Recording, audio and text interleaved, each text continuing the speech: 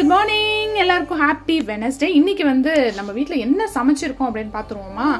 இன்னைக்கு வந்து இந்த கடலெல்லாம் போட்டு ஒரு குழம்பு வைப்பேன்ல, மிக்ஸ்டு குழம்பு, அதுதான் இன்னைக்கு வச்சிருந்தேன். எல்லா கடலையும் ஊற வச்சுட்டு ஒரு மிக்ஸ்டு குழம்பு பண்ணியாச்சு. சூப்பராக இருக்கும். தேங்காய் அரைச்சி ஊற்றிருக்காங்க, இன்னும் டேஸ்ட் ரொம்ப செம்மையாக இருக்கும். அந்த குழம்பு ஹஸ்பண்டுக்கு வந்து அது மட்டும் பேக் பண்ணிட்டேன். ரைஸ் வைக்கல, ரைஸ் வச்சா சாப்பிடவே மாட்டுறாங்க, அதனால வைக்கல.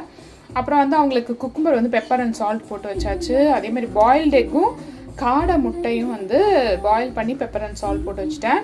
பாப்பாவுக்கு வந்துடுவோம். நெக்ஸ்ட்டு ஸ்நாக்குக்கு வந்து ஒரு ஃப்ரூட் வாங்கினாங்க, ஒரு எக்ஸாட்டிக் ஃப்ரூட்டுன்னு தான் நினைக்கிறேன். இது நம்ம ஊர் பழம் இல்லை, அது மட்டும் தெரியும். ரோட்டில் நான் ரோட் சைட் போகும்போது சைடில் விற்பாங்க. ஒரு தடவை வாங்கி சாப்பிட்டா சூப்பராக இருந்தது, ஆனால் அது பேர் தான் தெரியல. லோஹான் அப்படின்னு சொல்லிட்டு பில்லில் போட்டிருந்துச்சு.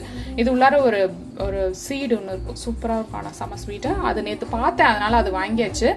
அப்புறம் அவன் பாப்பாவோட ஃபேவரேட் எப்போது போல் ஸ்வீட் முறுக்கு, அதுவும் வச்சுருக்கேன். எது பிடிக்குதோ இது பாப்பாவுக்கும் பிடிக்கும், ஸோ ரெண்டுமே வச்சுருக்கேன். அப்புறம் வந்துட்டு லஞ்சுக்கு வந்துட்டு அந்த மிக்ஸ்டு பருப்பு குழம்பு இருக்குல்ல, அதில் வந்து சாதம் போட்டு மிக்ஸ் பண்ணி வச்சாச்சு. காடை முட்டை வந்து பாயில் பண்ணி வச்சுருக்கேன் பாப்பாவுக்கு.